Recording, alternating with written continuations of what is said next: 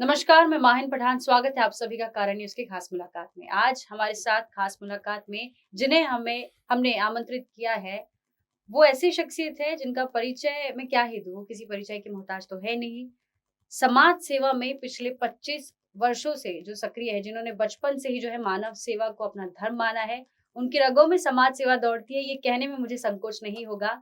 तो जिन्हें आप सब जानते हैं, हमारे नागपुर के चहीते और स्वयं फाउंडेशन के संस्थापक, साथ ही महाराष्ट्र प्रदेश कांग्रेस के महासचिव विशाल मुत्तेमवार सर इस वक्त मेरे साथ मौजूद है। सबसे पहले स्वागत है सर आपका नमस्कार, कारण थैंक की यू। खास मुलाकात में। बहुत शुक्रिया अपना कीमती समय में देने के थैंक यू। लिए। राजनीतिक आपका बैकग्राउंड रहा है, सामाजिक कार्यों में आप पिछले 25 सालों से जो है सक्रिय है। तो कुछ सवालात है सर जिन पर आज हम चर्चा करेंगे। एक छोटा-सा श्योर। चर्चा सत्र हमारा होगा। सबसे पहली मैं शुरुआत ये करना चाहूँगी सर, खोखले विकास, अनियमित विकास को लेकर। इसका सबसे बड़ा उदाहरण अगर अभी मैं दूँ आपको, तो तत्कालीन राज्य सरकार द्वारा जो है अनावरण किया गया था 8 महीने पहले राजकोट में शिवाजी महाराज की प्रतिमा का। वो बहुत कम समय के बाद ही जो है ढह गई। कई शिव प्रेमी, कई महाराष्ट्र के हर इंसान को जो है उसने बहुत तकलीफ दी है वो इंसिडेंट ने। बिल्कुल। उससे ही मैं अगर नागपुर शहर की बात करूँ, तो यहाँ पर भी विकास ऐसा है, अनियमित विकास है, खोखला विकास है, सड़कें बनाई जाती है, फ्लाईओवर्स बनाए जाते हैं और चंद दिनों में ही खस्ता-हाल हो जाती है। तो उनकी बदहाली इस प्रकार से हो रही है कि लोगों को अपनी जान तक गँवानी पड़ रही है सड़क दुर्घटनाओं में। इन सारी चीज़ों को, नागपुर शहर के ये खोखले विकास को आप कैसे देखते हैं?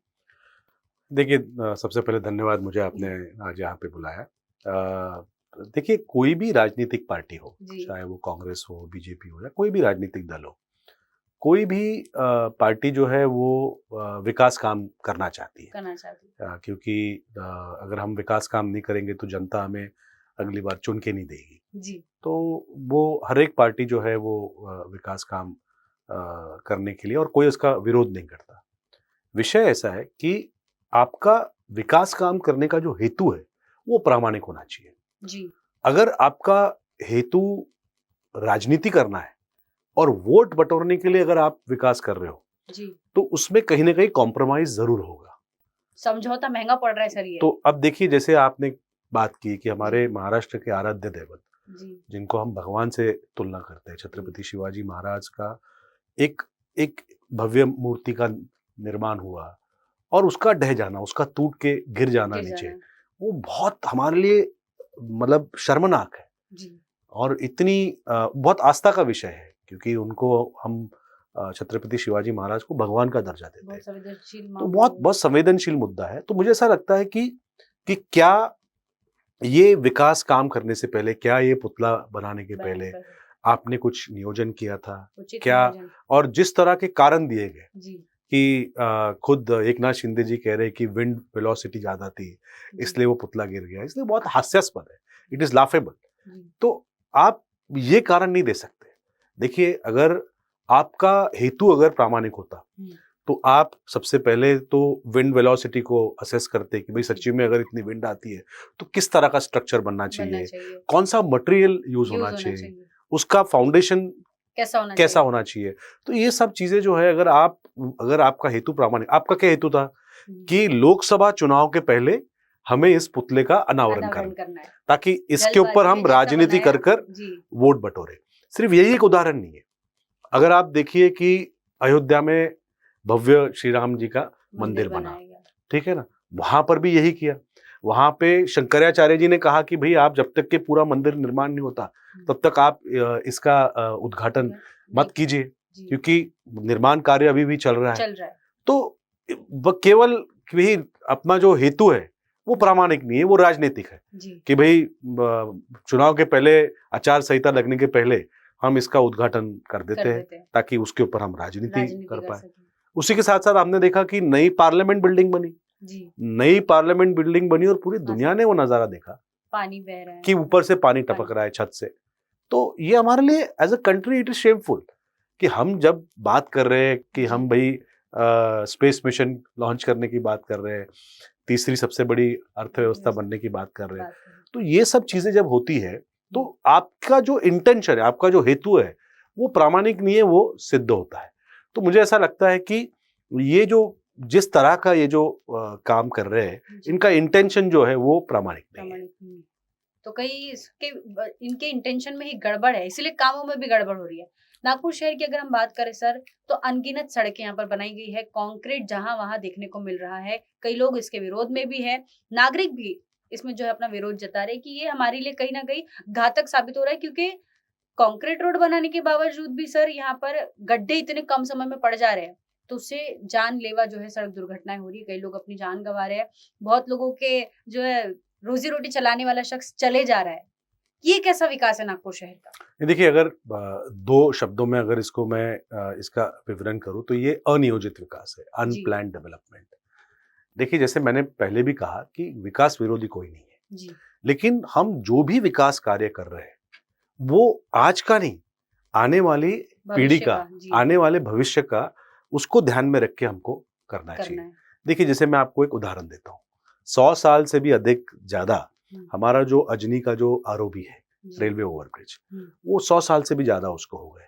ठीक है, उनके तरफ से नोटिस भी आ गए कि भाई आप पर्याय व्यवस्था करिए, वो अपन ने की नहीं अभी तक, वो डेंजर है अपने लिए। लेकिन फिर भी अब आप देखिए, 100 साल पहले वो आरओबी बना था और उन्होंने जब वो आरओबी बनाया तब जो 4 व्हीलर गाड़ियां होती थी वो उनकी संख्या उतनी नहीं होती थी, कम मात्रा में चलती थी, क्योंकि तब इतना 4 व्हीलर बहुत कम लोगों के पास थे। तो उस समय जब उन्होंने इस आरओबी का जब प्लानिंग किया तो उन्होंने ये सोचा कि भाई आने वाले 50-60 साल के बाद में व्हीकल्स की संख्या बढ़ जाएगी। तो उन्होंने क्या किया कि रास्ता इतना चौड़ा बनाया कि वहां से दोनों साइड से गाड़ियां जा सके, साइड वॉक बनाया ताकि लोग उस पर चल सके। तो हमें कोई भी विकास काम जो करना है वो हमें फ्यूचर को आगे रख के करना है। अभी जो हमारे शहर में हो रहा है वो एडॉक बेसिस पे विकास हो रहा है कि भाई मन में आया और ये फंड्स आए, डीपीडीसी से मेरे को फंड आए, या कोई एमपी लैड में से कोई फंड आया, आमदार का फंड आया, तो चलो किसी ने बोला कि नहीं मैं अब यहाँ पर एक सीमेंट का रास्ता बना देता हूँ, मैं यहाँ पर एक और एक क्या कहते हैं यहाँ पर एक स्टॉर्म वाटर में डाल देता हूँ। हो जा रही है। नहीं, गैर जरूरी नहीं, मतलब मेरा ऐसा कहना है कि अनियोजित विकास है ये, कि आपको सारी चीजों का प्लानिंग कर और उस हिसाब से आपको ये काम करना होगा। अब देखिए, जैसे कई लोग ने मुझे कहा कि भाई आप सीमेंट रोड के खिलाफ आप बोल रहे हो, तो क्या आप सीमेंट रोड के विरोधी हो गया? मैंने कहा देखिए, मैं सीमेंट रोड के खिलाफ नहीं हूं, मैं अनियोजित सीमेंट रोड के खिलाफ हूं। उससे हो रहे दुष्परिणाम, उससे जो दुष्परिणाम हो रहे हैं, देखिए कैसा है कि सीमेंट रोड बनाने का जो तर्क दिया जाता है वो इसलिए है कि भाई वो लॉन्ग लास्टिंग है और वो ड्यूरेबिलिटी उसकी ज्यादा है। तो ये बात से मैं भी सहमत हूं। तो आप ऐसा कीजिए ना कि जहां पर आप वो जो रास्ते मेन रोड्स है जहां पर ट्रैफिक ज्यादा है, जहां पर वेहिकुलर मूवमेंट जो है वो ज्यादा है, उसको आप असेस करके ऐसे जो मेन रास्ते है वहां पर अगर आप सीमेंट के रास्ते बना रहे हो तो कोई उसमें गलत बात नहीं है, क्योंकि उसको हमें उस पर ट्रैफिक उतना है तो वो ड्यूरेबिलिटी उसकी ज्यादा होनी चाहिए। पर आपको वही सीमेंट के रास्ते इंटरनल जो छोटी छोटी गलियां है जो हमारे नागपुर शहर के लेआउट्स है उसमें आप वहां पर भी आप बना रहे हो, क्या वहां सच्ची में आवश्यकता है? क्या वहां पे उतना वेहिकुलर मूवमेंट है? क्या आप 4-5 गुना ज्यादा खर्चा आता है सीमेंट रोड बनाने में। तो ये जो पैसा है ये तो जनता का पैसा है, तो वही पैसे का उपयोग क्या आप जो अब सीवरेज लाइन इतनी पुरानी डली हुई है, क्या आप उसको रिपेयर करने में या उसको चेंज करने के लिए आप लगा सकते हो? क्या आप स्टॉर्म वाटर ड्रेनेज की व्यवस्था वहां पर आप बेहतर कर सकते हो? यहाँ स्ट्रीट लाइट्स नहीं लगी है, क्या पैसा उसके लिए डाइवर्ट हो सकता है? क्योंकि फंड्स जो है वो तो लिमिटेड है, किसी की भी सरकार आएगी तो पैसा तो लिमिटेड है, उसका सदुपयोग होना चाहिए, उसका इफेक्टिव उसका यूटिलाइजेशन होना चाहिए। तो मेरा पॉइंट वही है कि प्लान डेवलपमेंट करो।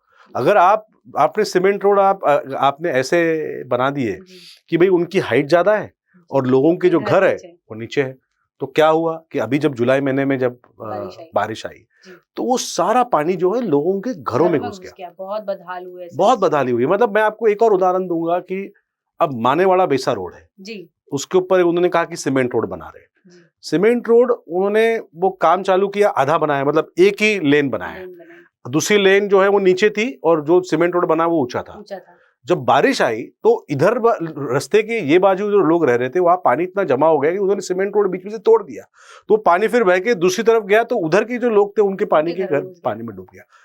तो क्या हमने उस सीमेंट रोड बनाने से पहले स्टॉर्म वाटर ड्रेनेज की क्या व्यवस्था होनी चाहिए, तो सबसे पहले हमने उसके बारे में सोचना चाहिए, फिर हमने इसका प्लानिंग करना चाहिए। और अभी हंसने की बात ऐसी है कि अब वो सीमेंट रोड को तोड़ा जा रहा है।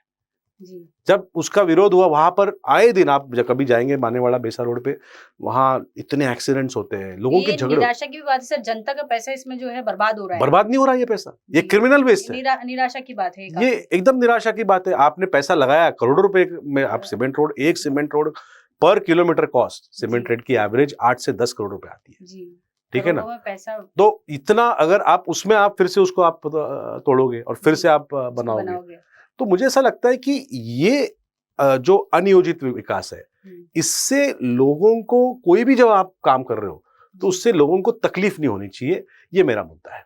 हाँ, तो ये गले की हड्डी बन के ये विकास ना फंस जाए लोगों के, तो ये चीज है। इससे मैं मिलता जुलती एक और बात आपसे पूछना चाहूंगी सर, आपने जन संवाद यात्रा शुरू की है दक्षिण नागपुर के कई विभिन्न इलाकों में जो है आप घूम रहे हैं, नागरिकों से डायरेक्ट करीब जाके आप जो उनसे चर्चा करें, उनकी कई विभिन्न समस्या आपने जानी है, आपने चीजों का अवलोकन किया है। भारी बारिश में लोगों के घर डूब गए, अनाज जो है बर्बाद हुआ है, काफी नुकसान उन लोगों को भरपाई मिली तो कुछ नहीं है, बस लोगों ने जो है जाके जायजा किया है। आपने जब वहां पे जाके परिस्थिति को भापा, देखा, तो क्या अनुभव आया आपको और उन चीजों पर आपने क्या सोल्यूशन सोचा है कि क्या हो सकता है वहां पे? देखिए, सबसे पहले तो जैसे मैंने पहले कहा कि हमें भविष्य का सोचना है जी। और एक आप एक बात समझ लीजिए कि डेटा आप उठा के देख लीजिए जी। कि हमारे नागपुर का जो एवरेज टेम्परेचर है वो हर साल बढ़ते जा रहा है। उसका कारण ऐसा है कि हमारे यहाँ की जो एम्बिएंट हीट है वो बढ़ती जा रही है, क्योंकि हमने इतना कॉन्क्रीटाइजेशन कर दिया है कि पानी अंदर सीप इन नहीं कर रहा है, हीट बढ़ रही है, एवरेज टेम्परेचर हमारे हर साल बढ़ रहे हैं, और उसकी वजह से हमारे नागपुर शहर में जो एवरेज रेनफॉल है वो भी बढ़ रहा है। और इसी का कारण है कि ऐसे इंसिडेंट्स हो रहे हैं कि थंडरस्टॉर्म होता है और बहुत कम समय में बहुत ज्यादा बारिश हो जाती है एक साथ। तो अब हमें ये समझना होगा कि एनवायरनमेंट जो है वो बदल रहा है, हमारे नागपुर का पर्यावरण जो है वो बदल रहा है और ये मैन मेड है। तो अब हम ये तो नहीं कह सकते यार पर्यावरण ऐसा है तो हम क्या करें ना, हमने छेड़छाड़ की है भैया। नहीं, अगर हम अपने आप को स्मार्ट सिटी कहते हैं तो हमें इसके लिए तैयार रहना पड़ेगा। तो तैयारी करने के लिए हमें क्या करने की जरूरत है। आज हम, जब मैंने जैसे कहा, हमने एक अभियान चलाया, हम उन सारे प्रभावित क्षेत्रों में गए जहां पर लोगों के घर, ये जो बारिश आई थी उसकी वजह से पानी नी लेंथ तक लोगों के घर तक गया। उनसे जब मैंने संवाद किया, तो उनसे जब मैंने बातचीत की, तो उन्होंने कहा कि हम इतने सालों से यहाँ रह रहे हैं, कई सालों से, कई को मिला कि हम 1989 में, 92 में यहाँ रहने आए थे, 94 में हम रहने आए थे, और जब यहाँ कुछ नहीं होता था, हमारा मतलब लेआउट था, जंगल था, बोले तब भी कभी हमारे घरों में पानी नहीं आया, पर अब आ गया है। अब लेकिन इस साल पानी आया। मैं अयोध्या नगर में साई मंदिर के पास, बड़ा पुराना इलाका है बहुत, जो वहां पर उन्होंने कहा कि इतने साल से हम रह रहे, पहली बार, और वो उसका डायरेक्ट क्यों हुआ, क्योंकि सीमेंट रोड जो वहां बनाया गया वो इतना ऊंचा बनाया गया और लोगों के घर इतने थे कि लोगों ने अभी घर से सीमेंट रोड में आने के लिए अपनी टू व्हीलर्स के लिए रैम्प बनाए। सोचिए आप, रैम्प, बात है कि भैया गाड़ी अगर रास्ते पे लानी है तो घर से आपको रैम्प पे आना पड़ेगा। तो ये तो मतलब अगर हम अपने आप को स्मार्ट सिटी बोल रहे हैं तो यही हमारा स्मार्टनेस, कि हम तो लोगों के लिए, कि हम ऐसे प्रकार के हम लोग रास्ते बना रहे हैं कि जिसकी वजह से लोगों को तकलीफ हो रही है। तो जब हमने लोगों से बातचीत की, उन्होंने कहा कि भाई हमने इन रास्तों का विरोध किया, हमने कहा कि हमें जरूरत नहीं है यहाँ पर सीमेंट रोड की, उसके बदले में आप ऐसा कीजिए कि हमारी जो सीवेज लाइन जा रही है वो बहुत पुरानी है, कई सालों से, जब लेआउट जब पहली बार डला था तो तब ये सीवेज लाइंस डली थी, तो उन्होंने कहा इसको आप चेंज करिए, क्योंकि अब जो है कई प्लॉट्स को एमालगेट करके कई जगह पे बिल्डिंग्स आ गई है बड़ी, तो जो सीवेज लाइन की कैपेसिटी थी वो अभी एग्जॉस्ट हो चुकी है, तो आपको बड़े वो डालने की जरूरत है। जहां पर स्टॉर्म वाटर ड्रेनेज के पाइप्स नहीं डले या फिर उनका जो डायमीटर है वो छोटा है, तो उन्होंने कहा यार उसको आप बड़ा करो, ताकि पानी जो सीप इन करता है वो बहकर जाए, ना कि वो क्या कहते हैं कि जो रास्ते पे बहे, वैसे भी क्या हुआ है कि इतने सालों में जिस तरह से हमने हर जगह कंक्रीट किया है, उसकी वजह से एक सरफेस रन ऑफ एरिया बोलते हैं कि पानी जब बरसता है तो वो रास्ते पे कितना बहता है और अंदर कितना जाता है। तो आपके जानकारी के लिए मैं बता दूं कि पहले जो 20-25% पानी सिर्फ ऊपर बहता था और बाकी सारा नीचे चला जाता था, अब वो परसेंटेज 80-85 तक आ चुका है। मतलब 85% पानी जो सड़कों पर बरसता है वो सड़कों पे बहता है और बह के वो कहाँ जाता है, वो लोगों के घर में घुस रहा है। तो इसलिए क्या है कि ये चीजें मालूम होने के बावजूद भी अगर हम उसके ऊपर कोई नियोजन नहीं कर रहे, अगर हम उसके बारे में कोई प्लानिंग नहीं कर रहे, और आज भी कि भाई मेरे पास MP लैड के फंड आ गए या मेरे पास आमदार का फंड आ गया तो चलो मैं एडॉक बेसिस पे यहाँ एक रास्ता बना देता हूँ, इसने बोला तो मैं वहां कर देता हूँ। तो इसके लिए हमें, मुझे लगता है कि एक मास्टर प्लान होना शहर के विकास को लेकर ये बहुत ज्यादा जरूरी है। इसके बाद में ये सारी चीजें, तो सर ये सारी चीजें तो आपने देख ली, परिस्थिति बहुत खस्ता हाल है दक्षिण नागपुर के अगर हम देखें, तो सलूशन क्या होना चाहिए आपके मुताबिक?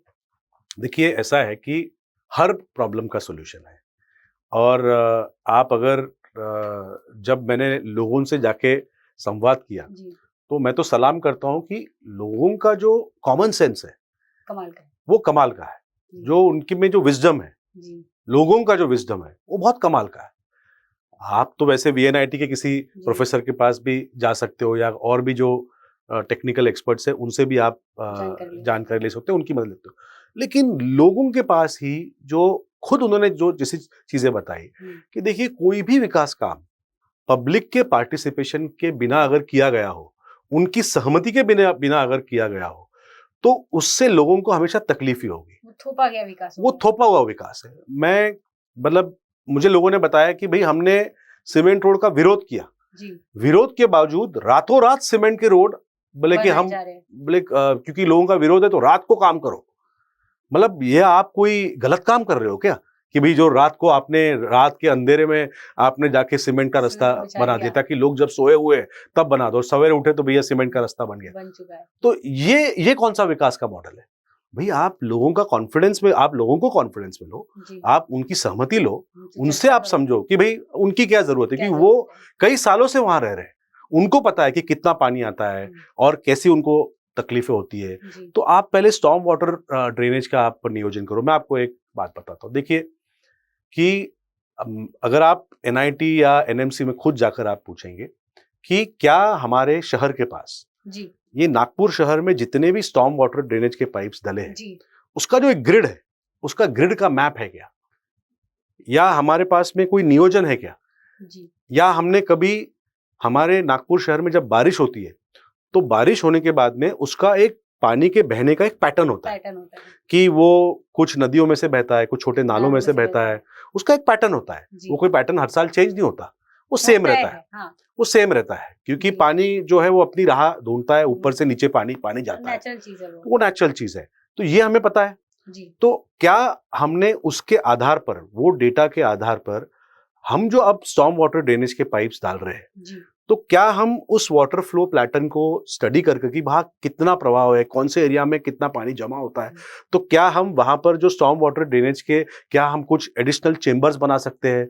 क्या हम जो पाइपलाइंस हमने वहां डाली है तो वो अगर 8 mm की या 12 mm की तो उसको हम 15 mm हमको करने की जरूरत है क्या? जो कनेक्ट कर रहे हैं हम, अगर 15 mm की पाइप, मैं आपको बता दूं कई जगह पे ऐसा है कि 15 mm का पाइप जो है वो 12 mm की पाइप में मिल रहा है, तो पानी बाहर नहीं आएगा क्या? तो अगर आपके पास एक ग्रिड मैप है तो इसका अगर प्रशासन ने इसके बारे में नियोजन करना चाहिए, इसका एक तो ऑडिट करना चाहिए कि अब तक जो डल गया उसका एक टेक्निकल ऑडिट होना चाहिए कि भाई ये वाटर फ्लो पैटर्न इस तरीके से होता है और इसको डिस्चार्ज कहाँ करना है, इसको डाइवर्ट कहाँ करना है, अगर डाइवर्ट करने की जरूरत है तो वो आप करिए। मतलब इतने केसेस मैंने देखे जो मतलब बहुत शॉकिंग थे कि एक नाला है वो दिगोरी एरिया में आ रहा है, वो नाले का पानी जो है वो खरबी साइड से जो पानी आता है वो बह के आ रहा है और एक जगह पे आकर वो नाला जो है उसके ऊपर रास्ता वास्ता बन चुका है और एक छोटा सा स्टॉर्म वाटर का पाइप जो है वो उसमें डाल दिया गया है ताकि पानी आगे जाए। वहां के जो रेसिडेंट्स थे उन्होंने मुझे बताया कि पानी पूरा बह के आता है, और ये नाले में से बहता हुआ पानी अगर आप सामने सिर्फ एक पाइप लगाया है, पूरा पानी वहां पर बाहर आ जाता है और लोगों के घर में चला जाता है। तो ये चीजें जो है ये बेसिक है, इसके ऊपर प्रशासन ने ध्यान देना चाहिए। तो ऐसी जो बातें हैं, मुझे ऐसा लगता है कि नियोजित विकास, प्लान डेवलपमेंट, ये हमारी जरूरत है, इस शहर की जरूरत है। और ये जरूरत इसलिए है क्योंकि हमें आने वाले पीढ़ी का सोचना है, आगे का सोचना, हमें आगे का सोचना है। ये जो एडॉक बेसिस पे हम लोग काम कर रहे हैं कि भाई चलो मेरे पास इतना ही फंड है तो मैं काम करता हूँ, मैं सीमेंट का रास्ता बना देता हूँ। तो कई जगह पे ऐसा है कि रास्ता बन गया लेकिन स्टॉर्म वाटर ड्रेनेज बनी नहीं है। कई जगह पे एक ही साइड बनी है, अगर कई जगह बनी है लेकिन उसका जो पाइपलाइन जो आपने जो डायमीटर जो डाला है वो छोटा बड़ा है। तो ये चीजें जो है, ये मुझे ऐसा लगता है कि इसका जो खामियाजा है वो अगर लोगों को भुगतना पड़ रहा है तो ये तो उनके साथ में ना इंसाफी हुई ना, क्योंकि उन्हीं के टैक्स के पैसे से आप ये विकास काम कर रहे हो। क्योंकि कई जो आमदार खासदार बोलते हैं कि मैंने इतने सीमेंट के रोड बना दिए, मैंने इतना ये बना दिया, तो ये कोई आपके जेब से नहीं बना है कि कोई जनता का पैसा है। हाँ कि भाई मेरे पार्टी के फंड में से मैंने बनाया, क्या मेरे जेब में से बनाया। आपने जो लोगों ने जो टैक्स दिया है उसमें से आप बना, आपके ऊपर जवाबदारी है, क्योंकि आप चुने हुए प्रतिनिधि हो, आपकी ये जवाबदारी है कि ये पैसे का सदुपयोग हो, प्लान डेवलपमेंट हो, और जो भी विकास काम हो रहा है उसका लोगों को फायदा हो, ना कि नुकसान। जी, तो नुकसान होता हुआ दिखा। नागपुर के भी काफी चीजें आपने अभी यहाँ पर बताई कि किस प्रकार से मानेवाड़ा बेसा रोड का हमने जो है जिक्र किया, कई जगह के पुल का हमने जिक्र किया, दिघोरी के नारे की आपने बात बताई। तो ऐसे कई जगह पर ऐसी कई समस्या है जिनके बारे में हम बात करते थकते नहीं। हमने भी काफी जगह पर जाके लोगों से जो है बातचीत की है। बारिश के दौरान बहुत बुरे हाल थे। दक्षिण नागपुर को आपने बहुत बारीकी से देखा, सूक्ष्म निरीक्षण किया, क्या उनकी समस्या है वो आपने जानी। क्योंकि आप एक राजकीय पर्सनालिटी में कहूँ, सामाजिक एक हस्ती कहूँ, तो आप काफी सालों से लोगों से जुड़े हुए हैं, काफी सालों से लोगों से जो है आपके बहुत गहरे संबंध बने हुए हैं। लोग आप में अपना एक प्रतिनिधि देख रहे हैं। तो आगामी विधानसभा चुनाव में यदि आपको जनता मौका देती है, पार्टी आपको जो है मौका देती है और आप चुनाव लड़ते हैं, तो क्या दक्षिण नागपुर की तस्वीरें बदलेगी विशाल मुत्तेमवार सर के माध्यम से? देखिए, ऐसा है, मैं पिछले 25 साल से सामाजिक और राजकीय जीवन में सक्रिय हूँ। पार्टी के लिए मेरी स्वयं सामाजिक संस्था के माध्यम से अलग अलग विषयों को लेकर मैं काम किया आपने, काफी मैंने इतने सारे वर्षों में मैंने काम किया हुआ है। और मैंने पार्टी को, मेरे जो कांग्रेस पार्टी है उनकी, हमारी जो लीडरशिप है उनको मैंने मेरा आवेदन दिया है कि मुझे इस बार पार्टी का टिकट मिले और मुझे मौका मिले, क्योंकि मुझे विश्वास है कि अगर पार्टी मुझे मौका देती है तो मैं अगर चुनाव लड़ता हूं तो मैं चुनाव जीतूंगा। तर्क करने वाले व्यक्ति में जो लोग देख रहे हैं अपना जनप्रतिनिधि आगे चल के, तो मुझे ऐसा लगता है कि लोगों को लोग अभी बदलाव चाहते हैं, लोग सकारात्मक राजनीति चाहते हैं, लोग सच और झूठ क्या है ये समझते हैं। और मुझे ऐसा लगता है कि भावनात्मक मुद्दों के से लोग अभी चिढ़ने लगे हैं। लोग जो है वो जो उनकी जो बेसिक प्रॉब्लम्स है उससे लोग जूझ रहे हैं। और अगर आप इधर उधर की बातें करेंगे और भावनात्मक बातें करेंगे तो उनको वो नहीं चाहिए। उनको भैया हमारी जो बेसिक सुविधा है वो आप हमको करके दीजिए, वो आप हमको प्रैक्टिकल हो गई जनता, क्योंकि आप कब तक उनको इन्हीं बातों में उलझा के रखोगे। और मुझे ऐसा लगता है कि अब राजनीति में जो पढ़े लिखे लोग हैं, जो मैं कहूंगा कि ऑब्जेक्टिवली सोचकर प्रॉब्लम क्या है, उस पर सोल्यूशन क्या है, लोगों को इन्वॉल्व करके, और सबसे मेन बात कि अब जो हमारे यहाँ पे जो विकास हो रहा है वो लोगों को इन्वॉल्व किए बिना हो रहा है। बिल्कुल। अगर मुझे मौका मिलता है तो भाई मैं लोगों से जाकर पूछकर उनसे चर्चा कर कोई भी जो काम करना है मैं करूंगा। भाई मैं कौन होता हूँ उनके ऊपर थोपने वाला? मैं तो जनप्रतिनिधि हूं ना। तो जनप्रतिनिधि का काम ये होना चाहिए कि जनता के मन में क्या है उसका प्रतिनिधित्व मुझे करना है, ना कि मेरे मन में क्या है वो मैं अगर लोगों पे थोप दूं और मैं समझूं कि मुझे ज्यादा समझता है, तो मुझे ऐसा लगता है कि फिर वो गड़बड़ हो जाती है। क्योंकि फिर कई उदाहरण जो मैंने देखे कि जो लोगों के ऊपर थोपा गया तो उसके वजह से उनको तकलीफ हुई है। तो मुझे ऐसा लगता है कि मुझे अगर मौका मिलता है तो कई जो जो युवा वर्ग है जी वो मुझसे जुड़ा है। जी आज बेरोजगारी का बहुत बड़ा बहुत बड़ा मुद्दा है। शहर में। आज हमारे यहाँ पे जो स्वास्थ्य व्यवस्था है उसका बहुत बड़ा मुद्दा वो है। भी चरमराई हुई है। वो तो इतने सारे इश्यूज हैं, जी तो उन सब को लेकर मैं एक सकारात्मक सोच रखने वाला आदमी हूँ हम्म, और प्रोग्रेसिव मेरी विचारधारा है। और जो भी विकास काम मेरे से हो सकता है वो, और मेरी एक पार्श्वभूमि है। देखिए कि जी आज मेरे पिताजी, उनका एक लंबा सफर जी राजनीति में रहा और उनको मैंने करीब से देखा, उनके कामों को मैंने करीब से देखा। जी और मेरे लिए वहीं से प्रेरणा मिलती है कि आप कोई भी विकास काम जो करते हो जी उसका फायदा जो है वो आने वाली नस्ल को और पीढ़ी को होना पीढ़ियों को चाहिए। भी मिले। आज पूर्व विदर्भ का सबसे बड़ा जो इरिगेशन प्रोजेक्ट है वो गोसीखुर्द है। जी उसका फायदा आज 5 जिलों को हो रहा है। जी कई जो जिले जहां पर पहले पानी की व्यवस्था नहीं थी, आज वहां पर सुजलाम सुफलाम हो गया है। जी तो भले ही वो प्रोजेक्ट को बनने में समय लगा, लेकिन उस प्रोजेक्ट को इनिशिएट करना, उसको उसको बनाने में उनकी अहम भूमिका थी। जी आप चाहे मिहान हो, जी उसको भी इनिशिएट किया, बनाया, वो तैयार हो गया। 2014 तक कई कंपनीज भी खींच के लाई। उसके बाद भले ही वो प्रोजेक्ट रखड़ गया, लेकिन ये ऐसे प्रकल्प है जो हमारे विदर्भ के भविष्य को तय करने वाले हैं। जी तो मैं भी, अगर मुझे मौका मिलता है, मुझे अगर राजनीति में मौका, अगर पार्टी की तरफ से टिकट मिलता है और फिर चुनाव लड़के अगर मैं जीतता हूं, तो मेरा भी जो फोकस होगा वो ऐसे कामों में होगा जिसका फायदा ना सिर्फ आज की पीढ़ी को, पर आने वाली नस्लों को, आने वाली पीढ़ी को होगा। वही सोच रखकर मैं काम करना चाहता हूं। और मुझे ऐसा लगता है कि जिस तरह का प्रतिसाद मुझे मेरे अभियान में मिला, मैं जी। करीब 2000 लोगों से मैंने संवाद किया, जी उन्होंने हमको सिग्नेचर्स दिए, जी वो सारी जो बातें हैं जो लोगों ने हमको बताई और कुछ एक्सपर्ट से हमने कंसल्टेशन किया, जी वो सब मिलाकर हम एक आवेदन जो है प्रशासन को भी देने वाले हैं कि ये चाहती है जनता, जी ये इनके रियल इश्यूज है और ये प्रॉब्लम्स वो फेस कर रहे हैं और उसके ऊपर आप सॉल्यूशन निकालिए, ऑडिट करवाइए, एक्सपर्ट्स को आप अपॉइंट करिए, ग्रिड मैप बनाइए। तो ऐसे कई चीजें हैं जो प्रशासन ने करनी चाहिए।